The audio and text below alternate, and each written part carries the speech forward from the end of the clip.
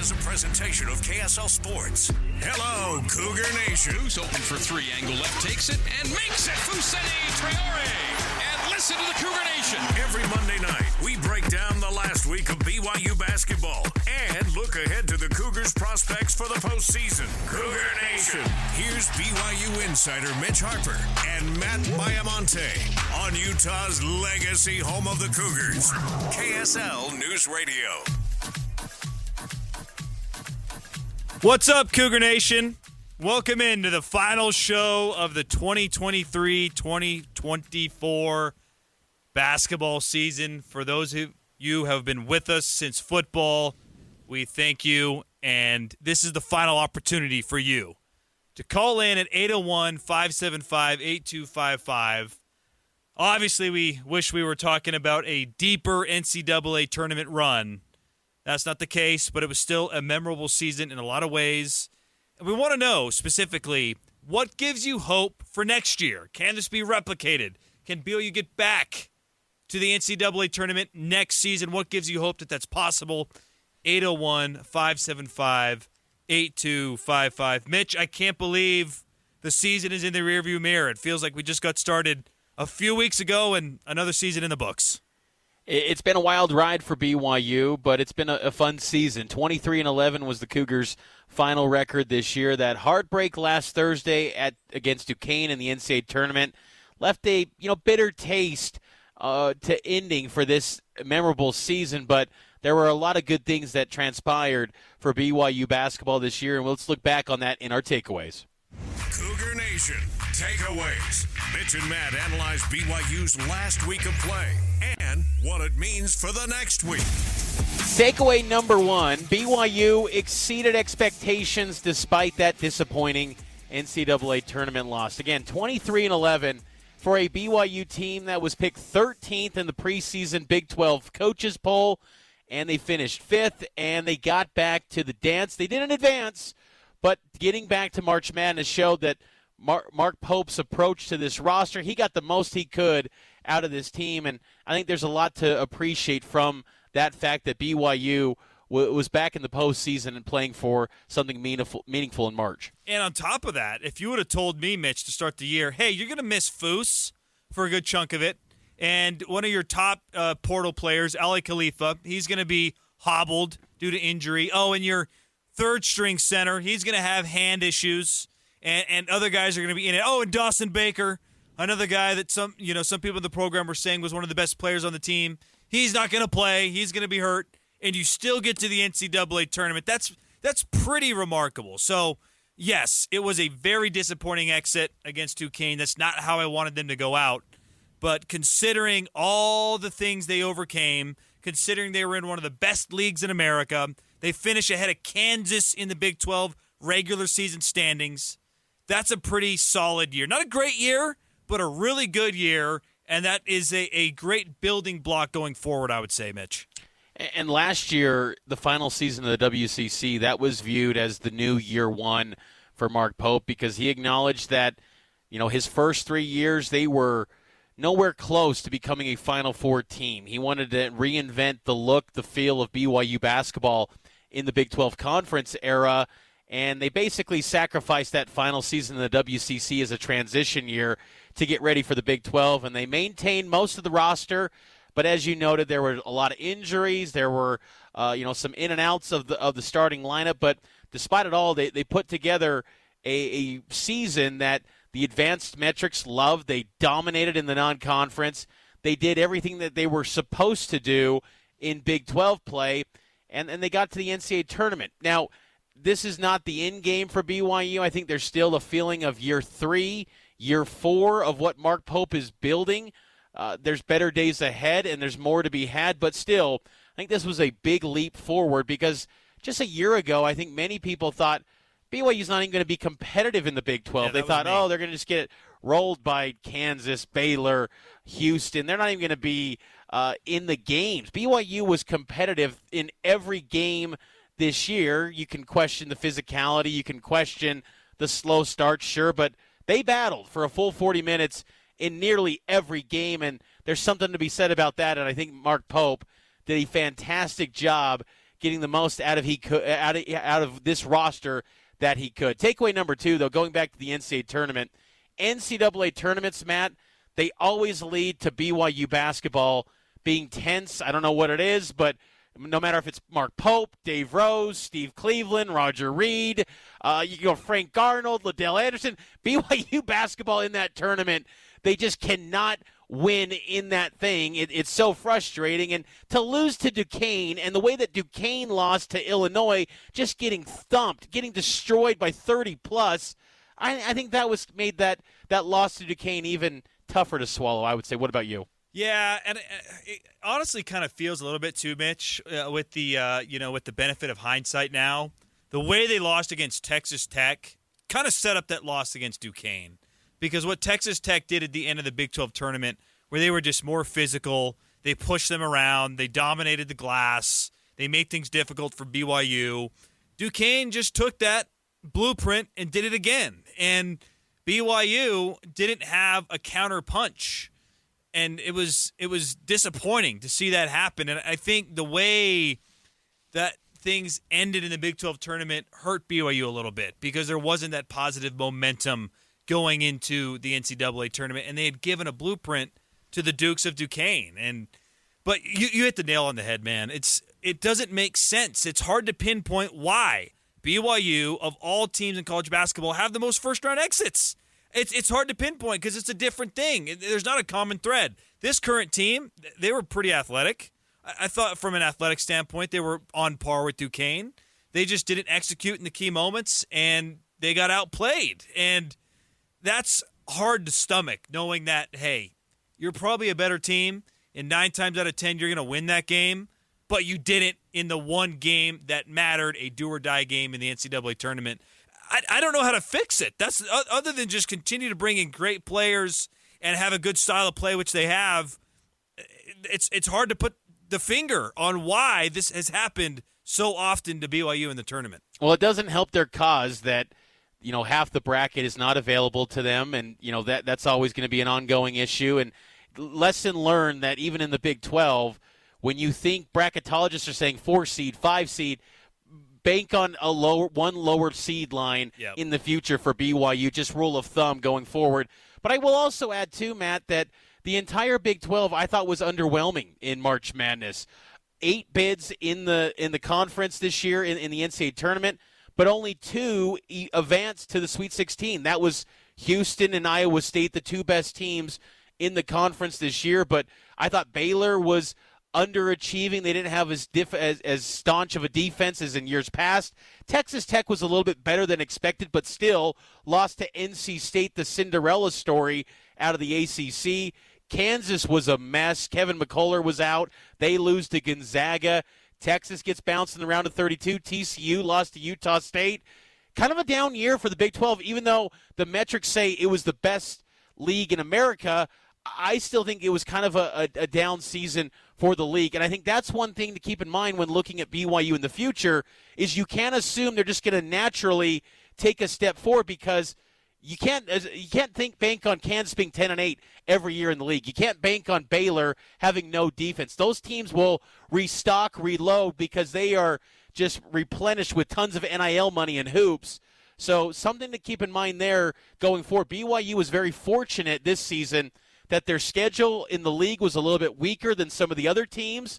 And, but still, I thought the Big 12 should have had a better showing in March Madness. I was a little bit disappointed in that. One other takeaway, on a positive note, I thought this year was a great building block for pieces that Pope can, in years 3 and 4 of his plan, that he can build around to get back to the tournament. You make a good point. The league, I think, is going to get better, and it's going to be harder for BYU to maintain a 5 seed at the end of the regular season. But Dallin Hall took a step forward. Richie Saunders emerged. Jackson Robinson took a big step forward. I thought Foose, the back half of Big 12 play, he was really good. Yeah. So there's a lot of guys returning.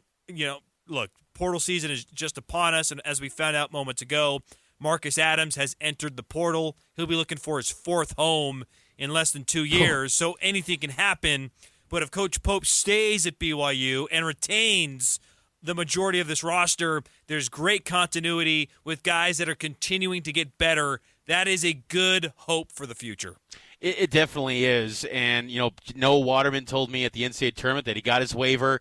He said that he wants to be back to BYU next season. Jackson Robinson, does he return? We'll get into more of what this roster could look like next season a little bit later in the program. But, yeah, the key pieces, Dallin Hall, Foose, Richie Saunders, Dawson Baker, they all could be back if they want that to be the case. They all have the autonomy to choose their futures and drop their paths, but I think BYU in the Big 12 and better NIL than people give them credit for, BYU is a pretty attractive spot, and I think they're only growing as they continue moving forward. We want to hear from you, though, Cougar Nation. What gives you optimism that BYU basketball will get back to the NCAA tournament next season? 801-575-8255. We know there's some callers lined up. We'll get to your calls coming up on the other side. We'll take our first time out and take those phone calls, 801-575-8255. It's the season finale of Cougar Nation right here on KSL News Radio. BYU fans, join me, Tim Hughes, and Amanda Dixon for stories that affect our jobs, taxes, and families. Utah's Morning News, each morning between 5 and 9 on KSL News Radio. Season finale of Cougar Nation here tonight. Mitch Harper, Matt Baiamonte with you. We've been holding it down every Monday throughout the football and men's basketball season, 6 to 7, taking your phone calls. This is our first year that we've done this, and we look forward to many more. Subscribe to the podcast on KSLSports.com and wherever you get your podcast. If you can't get enough of us, you can listen on the weekends, of course. Cougar Sports Saturday, noon to 3. We hold it down on the weekends here on your legacy home of the Cougars. The question of the day today on Cougar Nation, what gives you hope BYU basketball will return to the NCAA tournament next season? 801-575-8255. Matt, what say you? What gives you hope that the Cougars will be dancing once again next season at this time in March? This might be premature, Mitch, because there's a long way to go in this college basketball offseason, which it's so weird to me that this is happening while the NCAA tournament's going on. We got this carousel. We got transfer portal. We're only at the Sweet 16. But nevertheless, continuity gives me hope. There is a common theme amongst a lot of these teams left in the tournament, Mitch. Coach has been there a while. Some of their star players have been there a while.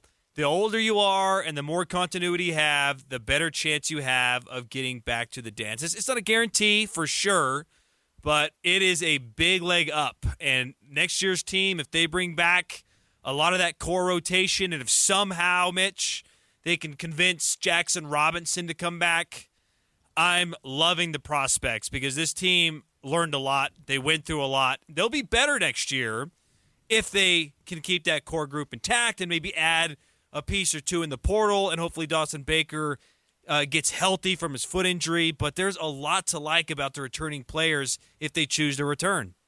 I like that, and I think the roster does potentially shake out to be better next season. Yes, as we noted earlier, Marcus Adams, the heralded forward who top 50 recruit, he's entered the transfer portal. He's going to be going on his fourth school in one calendar year. Yes, he had his father passed away. You wonder if he's a top 50 kid that he wants to get a guarantee of a starting role, more playing time. Whatever it may be, he's moving on. There's always that path to coming back. We'll see what happens, but BYU's got to move forward with building up their roster. And, Marcus Adams only played one game for BYU this past season. Everyone else could be returning. Jackson Robinson, as you noted, he's got a tough decision to make. They do lose Spencer Johnson, and Spence was a solid college basketball player. I'm curious to see, what if he's playing overseas. I'm sure he will. I don't know. I don't think it's a NBA path potentially for Spencer Johnson, but still, he was a solid BYU player over the past 4 years. But I'm with you. I think this team can be better. One thing, too, that they got to take care of is Mark Pope. I feel like even though this season ended with a dud against Duquesne, Mark Pope was brilliant this year, I think, for BYU. There were times where, the substitution patterns were puzzling and why you taking out this hot hand of Trevenell or Jackson Robinson. But still, I think the work that Pope's done, he deserves a contract extension in the 2030s. Lock him up. There's still that Louisville job out there, and it seems like that job has gone quiet. You wonder if they get to a point where they're saying, you know what, option C, option D, do we kick the tires Right. on Mark Pope? Because they wanted Scott Drew, they wanted Dusty May, from Florida Atlantic, and he goes to Michigan. Does Mark Pope maybe become more of an option? But the coaching carousel jobs are dwindling. Danny Sprinkle from Utah State, he goes to Washington. So it's feeling like, the only jobs that if there was some movement, maybe Kentucky, if Calipari got let go. But Kentucky, if they fire Calipari and pay him $33 million, I don't expect they're going to go to Mark Pope. Even though he's an alum, and Mark Pope would probably love that job, I got to imagine they would want some, maybe even Danny Hurley from UConn. They would want to make the ultimate splash to replace Calipari. So I feel pretty good about Mark Pope returning. And I think Mark Pope wants to be back at BYU. I think being in the Big 12 Conference helps that cause to keep him. And he's got the personnel. And I think what's going to help their efforts to get back to the dance, Matt, is the guard line. Colin Chandler, the heralded freshman coming in from Farmington, who's served his mission the past 2 years for the Church of Jesus Christ of Latter-day Saints. He's going to be big time. And then Dawson Baker, you have more depth on that guard line. I'm curious to see what happens with Trey Stewart. Does he go into the portal? I think he would be a likely candidate considering his role was so inconsistent this year. But I love what the options potentially are on that guard line next season, which was a big issue this season for BYU. And it solves one of the biggest deficiencies of this year's team. You just didn't have enough ball handling, and you did not have enough playmaking. Chandler and Dawson Baker, they can get their own. That brief glimpse we had of Baker this year where he had that little spell of, 6 or 8 points, and he hit a variety of shots. They could have really used that in some of these crunch times where offense was hard to come by.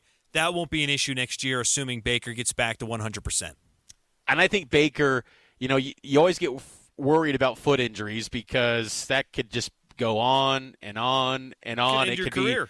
It could really alter his career. He's expected to have 2 more years of eligibility remaining in his college basketball career. I put up a full article on a way too early look at BYU's roster on KSLSports.com, which already a little bit out of date now because of Marcus Adams. I'll go in and edit that.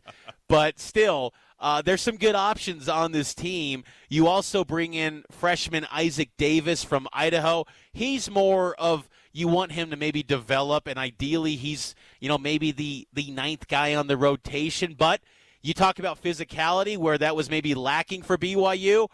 He can help in that regard. He's a physical player. He's got a pretty big body. Some people get reminded of Yoli Childs with the way that Isaac Davis plays. But I'm also curious, too, to see, Matt, which players take big leaps forward. Trevin Nell, Noah Waterman, are they going to stay in the starting lineup if they return? Are they going to be, taking another leap in their game? Because by season's end, I think they were kind of struggling. And I think they left the door open for Mark Pope to retool this thing and kind of reshuffle the deck on what that starting 5 could look like next November when they tip it off again. So the competition should be pretty fierce to be, in that top 5 with this program next season.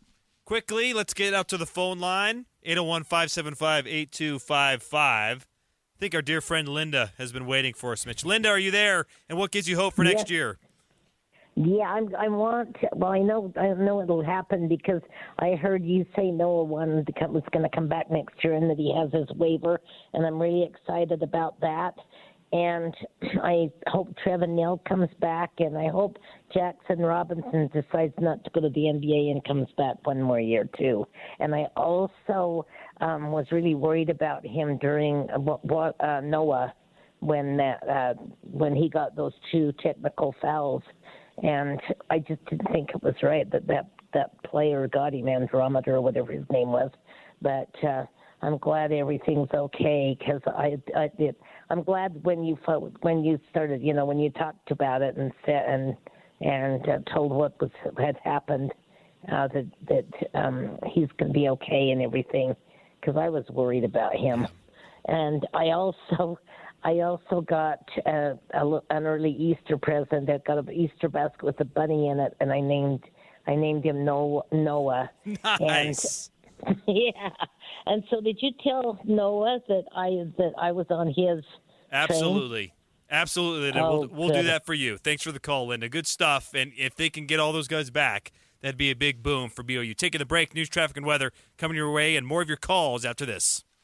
Just like Cougar fans come together for BYU basketball, the community gathers around KSL each morning for important news. Listen tomorrow between 5 and 9 to KSL News Radio. Cougar Nation keeps rolling on here on this season finale edition of Cougar Nation. We held it down during football and men's basketball.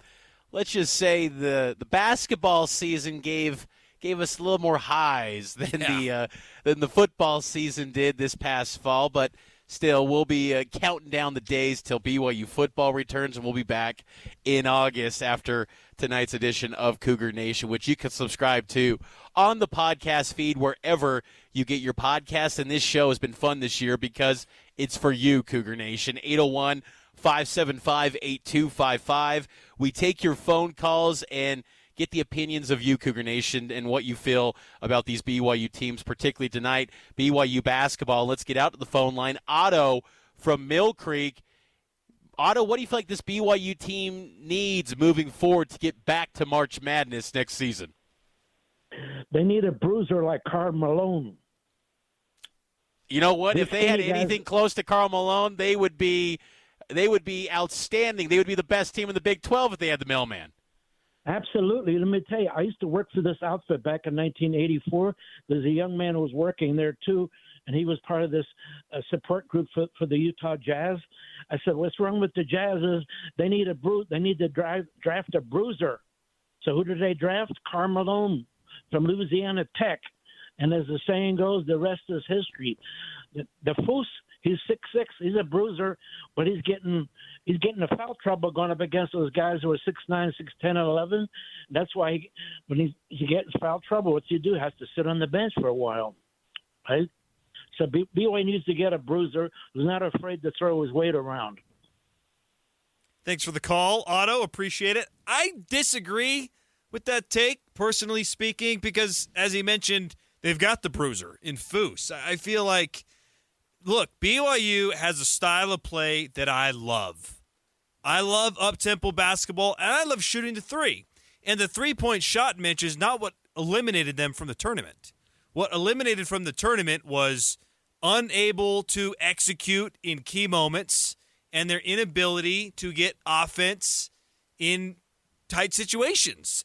But like Foose, he was 4-12 in that game. Like, he's a bruiser and he had great games. That was not one of Foose's best games.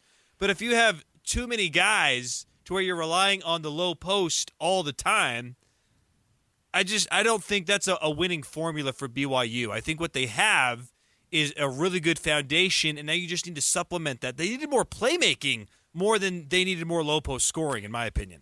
That's fair. And you know what I do think? I love the style, the offense that Mark Pope wants to continue running with this BYU program, but I will say they need to improve shooting the three. In Big 12 play this year, they were 32.6% shooting the three. That was good for ninth in the Big 12. You compare that to Mark Pope's first year, they were 41% that season, the number one three-point shooting team in America. Despite the attempts, they just had the pure percentage. And that's where I want to see BYU improve, because you know the volume is going to be there. They're going to get off 25, 33s per game. That's who they are, and that's what they're going to be, and I love that.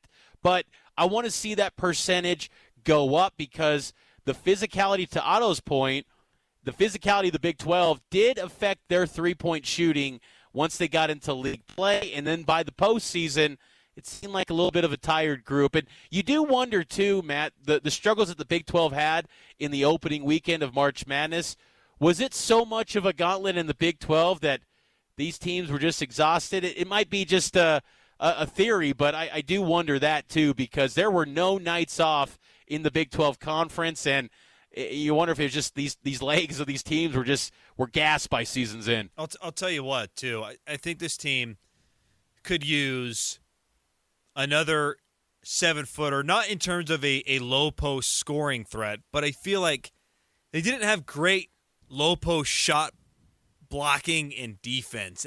And that might not be a little fair considering Khalifa wasn't healthy. That's something we got to remember too. Yes. Is if he's fully healthy and he's in shape, because he was never in shape because his knee didn't allow him to get in shape. He basically played in the games. You went to a lot of the practices, Mitch. How often did Ali Khalifa practice? Very rare that he practiced this season, and you just kind of look past it because the offense was, rolling and they were winning games. But in retrospect, you look at that and go, what can Ali Khalifa do maybe next year as with a healthy knee, with a little bit better shape? Because he was very candid that he was not in game shape this year. Yeah, and it seemed that way, maybe more so with the Ramadan fasting and not having the energy from not eating as much at the end of the year. But if he's healthy, that's another big body. And then maybe you use a portal opportunity to go grab another 7-footer that can play defense and be physical. I don't want a duplication of Foos's skills. That's the thing. I want Foos to thrive in that role.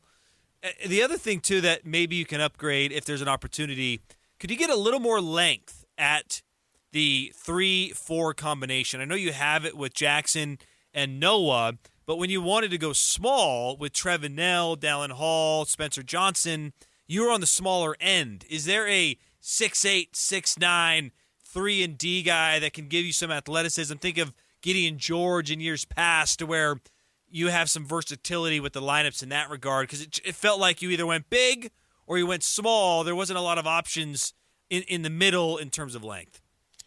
That would be a huge upgrade for BYU, and I think that's got to be an area of focus. And you know what? Personally, I want to see Mark Pope go into the portal and get some mid-major, maybe D2 guys that are looking to move up a level. I don't want the power 6, wandering, hasn't found a role, hasn't found his footing in college basketball.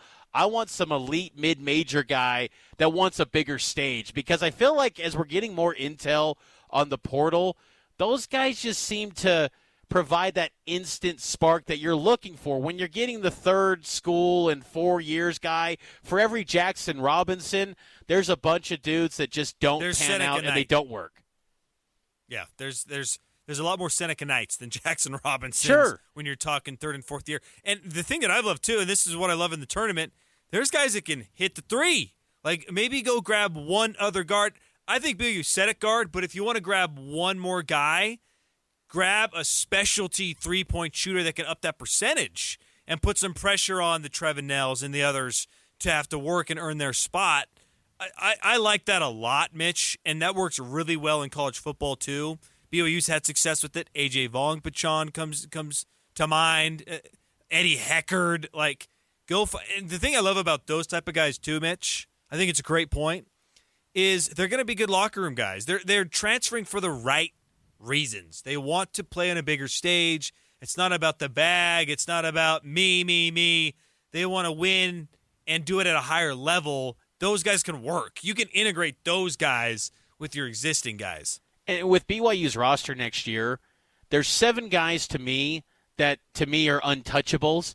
Everywhere else, if you can possibly upgrade, and I know Mark Pope is focusing on roster retention, and I totally understand that, because you want to have that chemistry continuing, and that's what kind of helped BYU in the non-conference to get off to that fast start, while many teams were retooling and working out the kinks with transfers. But there's 7 guys to me that you build around this program, and that includes, Jackson Robinson, if he wants to return, Foos Traore. I feel like Dawson Baker falls in that mold, because I feel like that guy has so much ability and can be a star at BYU. Richie Saunders, Dallin Hall, and then Colin Chandler and Isaac Davis.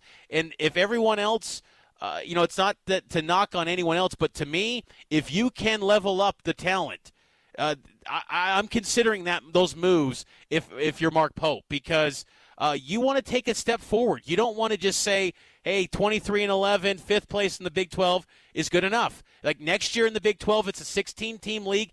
Arizona's going to join the conference too. Colorado's going to join. Utah, your rival, is going to join. And I don't think Utah's a threat, but still, rivalry games, BYU lost to those guys in the Huntsman Center with this good BYU team. So you want to keep leveling up. And to me, that 7 is your core, and you continue to build around it. And hopefully, the Noah Watermans, the Trevin Nels, everyone else is around that and working around that. But those, to me, are the top 7 moving forward into next year, and then you build around them. Mitch, let's get to our final what's trending of the 2023-24 season. Cougar Nation, trending. What's trending up and what's trending down this season? I'll start things off, Mitch. Trending down for me is just the physicality. We saw it take a toll. That's something they got to work on and address in the offseason. Got to be more physical against some of these teams that want to rough you up. If you have that ability to play a physical style of ball to complement the up and down three-point shooting, I think that would help BYU next year. What about you? The starting 5, the primary starting 5 from this past season, you got to imagine there's going to be a little bit of shuffling there. Spencer Johnson, he's moving on. His eligibility is exhausted. What happens with Trevin Nell? Trevin Nell is a veteran, and he's expected to be back. He's part of an NBA program at BYU. But does he come off the bench next year? Is he staying in the starting lineup? What does BYU do there? It's a delicate deal, and I know Mark Pope has said all the right things about this program has just really embraced its role, but I got to imagine any basketball player wants to start. I've never understood that whole, I want to be the 7th guy, and I'm cool with that. Sure, you want to win, but you want to start, man. You want to be at this level, you want to be a starting 5 guy. So how does that get handled? Where does Noah Waterman sit in this rotation? So I just feel like that starting 5 that closed out the season, it was the most successful group, but by season's end, they were kind of struggling, and they left the door open for Mark Pope to say, you know what, I got to reevaluate this thing. Trending up for me, experience. If you can return all those guys we discussed, they're all going to be a year older, more experienced. They've got tournament, a bad taste of the tournament in their mouth, which is kind of a good thing in terms of motivation for next year. If you roll it back, you've tasted it. You know what it takes to get there. Can you level up to win a couple games in the tournament? So I like the experience of this group heading into next season. Trending up for me is BYU established themselves as a solid Big 12 team. Are they elite? No, but they're going to be solid, and they're going to be a tough out, and we expected that the Marriott Center was going to be one of the best venues in the Big 12. They established that in year 1. That's going to give BYU a great chance once again to win a lot of ball games to get back to March Madness. Let's take our last break. If you want to get in a call before we end the season finale of the 23-24 debut season of Cougar Nation, you got to do so quickly. 801-575-8255. What gives you hope BYU can return to the dance next season? And also maybe, what would you like the starting lineup to look like next year as well? 801-575-8255. Back after this. Make sure you have the KSL News Radio app to stream BYU games wherever you go. You can also get breaking news alerts and podcast your favorite KSL show, all on one app for KSL News Radio. Final segment of Cougar Nation. Mitch Harper, Matt Baiamonte with you. It's been a lot of fun this season talking BYU basketball and BYU football every single Monday. Big thanks to our bosses for putting together this program and giving us the chance here to be on the legacy home of the Cougars and have additional BYU programming, because I don't think there's any place better than KSL News Radio when it comes to covering BYU sports for as many decades as we've done it. I think that we're kind of standard when it comes to BYU sports. So it's been a lot of fun these Monday nights throughout this 2023-2024 season in athletics to cover BYU and hear from you, Cougar Nation. 801-575-8255 if you want to get on board with us and share your closing remarks on this BYU basketball season. You can get on board with us tonight. But, Matt, the question that we've had today, what gives you hope BYU will return to the dance next season? We got that question out there, but you also teased the starting lineup. What would you like to see, maybe a way too early look at that starting 5 next year when BYU tips it off again in November? It's a really challenging question, because the one lineup I would love to see, I just don't know if it would work, is Dallin Hall as the starting point guard. Nothing's going to change there. I think Dawson Baker is a nice fit in at 2 if he's healthy. So I would slide Dawson Baker in there to get some extra playmaking and shooting.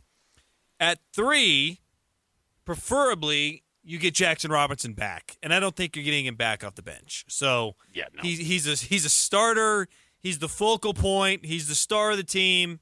Jackson Robinson, small forward. And then this is the tricky part. What do you do with the Foose and Khalifa dilemma? And it's a good dilemma. It's just we don't know if they can coexist. So Foose, I think, has got to be in there because he's physical and provides a alternative scoring option in the low post. It's what do you do at center? Is it Khalifa or somebody else? I'll go Khalifa, but I do acknowledge I'm not sure that starting lineup can work.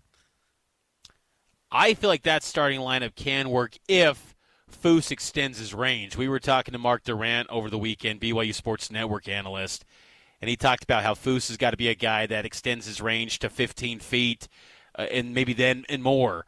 Is it possible? We'll see. But there's got to be a way for Khalifa and Foose to be on the floor together. And I think in the previous segment I talked about the players that BYU needs to make their foundation. I forgot to mention Ali Khalifa too. He's got to be in that mix. I think Ali is critical to how BYU operates next season. And I think Khalifa and Foose have to find a way to be on the floor together. Mark Pope was confident back in October that those two could play together, but it just never worked due to the injuries because Khalifa had the knee, and then when Khalifa was working his way back, Foose then got the hamstring, and then Foose didn't get fully healthy until February, and then Khalifa got sick, and he was out for multiple weeks. It just never worked. And then you get to the point where this is kind of what the team is. Why reinvent the wheel, to steal a quote from Mark Pope? This is what it's going to be. So, but next year, though, I think there's got to be a way to figure that out. And for Foose's sake, he's got to be able to extend his range if he wants to become a pro and play in the NBA. Because if he does extend his range, that guy could play in the NBA. He plays way bigger than his height would tell you. His wingspan is massive. We all know that. And his strength, his base is elite among the Big 12 players. But, he's got to be able to knock down 15-footers mid-range game because right now it's pretty much residing in the paint. And when that went sideways on him against Duquesne, he was struggling quite a lot offensively for BYU. And he's got to be better at finishing around the rim. There are too many games, Mitch, where he's 4 of 12 or 3 of 9. When the majority of your shots are coming within 10 feet, that's got to be at 50% minimum. Like the games that he was 7 of 10 for 18 points and 10 rebounds, BYU always won those games. It was the games like Duquesne where he was okay but missed a couple easy ones. They get 2 or 3 of those buckets, they beat Duquesne, Mitch. It's that simple. So it's going to be a fascinating story. And then there's Noah Waterman too. Like if he takes another jump, maybe you just go with Waterman and Khalifa, and if Waterman can hit the 3, he's got some size. I mean, he's certainly improved, even though it tailed off at the end. Waterman did improve. It's going to be a lot of fun, and I like the options that they have. I'm way more optimistic about this team next year than I was last year at this time, looking into the first year of the Big 12. And I think when you look at the Big 12, BYU establishing itself, establishing an identity, helps their cause to get someone talented in the transfer portal to join this mix. I thought there was a noteworthy name, Keanu Dawes, who entered the portal today out of Rice. He's a guy that's related to former BYU center Derek Dawes. He's got ties to BYU, ties to the state of Utah. Like, I always just kind of feel like when I saw him commit to Rice out of high school in the 2023 cycle, I thought, that is a soulless program. There's nothing at Rice basketball that just inspires you. BYU, despite its flaws in the March Madness tournaments, they win, and they consistently are in the mix. But so much to get to this offseason. We'll cover it all on KSLSports.com. We'll have content on the weekends on Cougar Sports Saturday.